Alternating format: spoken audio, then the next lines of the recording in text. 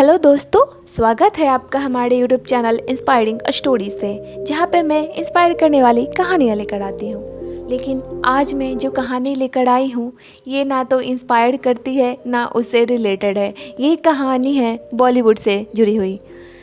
ये कहानी है रेखा और अमिताभ के बीच जो प्रेम था उसके बारे में, कि आखिर उन दोनों के बीच इतना प्रेम था तो अमिताभ ने रेखा से शादी क्यों नहीं की। और सुनने में यह भी आता है कि इस बात के लिए जया ने रेखा को थप्पड़ तक मारा था। क्या थी पूरी कहानी, आइए जानते हैं।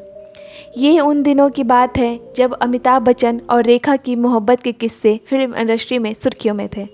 अमिताभ बच्चन और रेखा की मोहब्बत को लेकर लोग आज भी कयास लगाते रहते हैं, तभी तो हर अवार्ड शो में अमिताभ बच्चन का नाम आते हैं, कैमरा रेखा पर जूम कर दिया जाता है।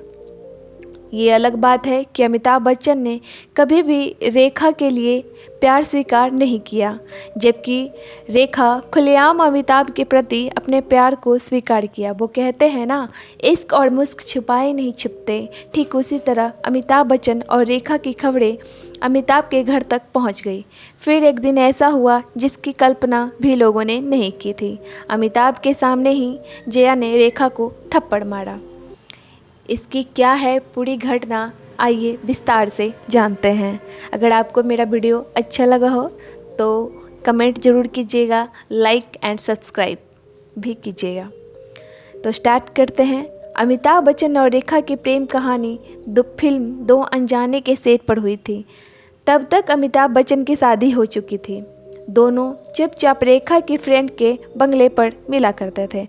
काफ़ी समय तक ये सारी बातें किसी को पता नहीं चली, लेकिन यह मामला तब सामने आया जब फिल्म गंगा की सौगंध की शूटिंग के दौरान एक को स्टार ने रेखा से बदतमीजी की और इसी में अमिताभ ने अपना आपा खो दिया।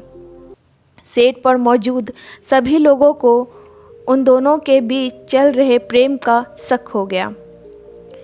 हालांकि इस बात से ये दोनों इनकार करते रहे। मीडिया में भी ये बातें छपने लगी। बात तो यहाँ तक भी होने लगी कि इन दोनों ने शादी कर ली है। यह बात तब सब लोग सच मानने लगे जब ऋषि कपूर और नीतू की शादी में रेखा सिंदूर व मंगलसूत्र पहनकर पहुंच गई थी। शादी में मौजूद लोगों को रेखा का ये नया अवतार अजीब लग रहा था। शक तब बढ़ गया जब वह अमिताभ से जाकर बात करने लगी और वहाँ जया भी मौजूद थी। जया से ये सब सहन नहीं हुआ और वह सिर झुकाकर रोने लगी। इसके बाद रेखा पार्टी से निकल गई। इसके बाद सुनने में यह भी आता है कि जया ने रेखा को डिनर पर बुलाकर समझाया कि वह अपने पति को कभी नहीं छोड़ेगी, चाहे कुछ भी हो जाए। जया नहीं चाहती थी कि अमिताभ और रेखा एक साथ काम करें। एक पत्नी होने के नाते जितना बर्दाश्त उन्हें करना था उन्होंने किया। ये उस समय की बात है जब प्रोड्यूसर टीटो रेखा और अमिताभ को लेकर राम बलराम बनाने जा रहे थे। जया और टीटो अच्छे दोस्त थे। जया ने टीटो से बात करके रेखा को फिल्म से बाहर करवा दिया और उसकी जगह जीनत अमान को कास्ट करने को कहा। तब प्रोड्यूसर भी मान गया, लेकिन जब रेखा को यह बात पता चली कि उसे फिल्म से निकाला जा रहा है तो उसने प्रोड्यूसर के सामने ऐसी शर्त रख दी कि प्रोड्यूसर को भी मानना पड़ा। वो शर्त थी कि मैं ये फिल्म फ्री में करने वाली हूँ। और जब यह बात जया को पता चली कि वह फिल्म फ्री में कर रही है तो उसने अपना आपा खो दिया और वह राम बलराम के सूट पर ही चली गई। और उन्होंने वहाँ जाते ही देखा कि एकांत में अमिताभ और रेखा एक दूसरे से बातें कर रहे हैं। जया वहाँ गई और रेखा को एक ज़ोर से थप्पड़ जड़ दिया। अमिताभ ये सब देखकर चुपचाप सेट से निकल गए। आपको जानकर बड़ी हैरानी होगी कि जब रेखा बॉलीवुड में करियर बनाने पहुंची तो मुंबई में उनके पहले दोस्त जया ही थी। एक इंटरव्यू में यश चोपड़ा ने भी यह स्वीकार किया है कि रेखा और अमिताभ के बीच संबंध था। जब वे फिल्म सिलसिला कर रहे थे तब उन्हें हमेशा टेंशन होते रहता था कि एक तरफ गर्लफ्रेंड है और एक तरफ बीवी, कुछ भी हो सकता है।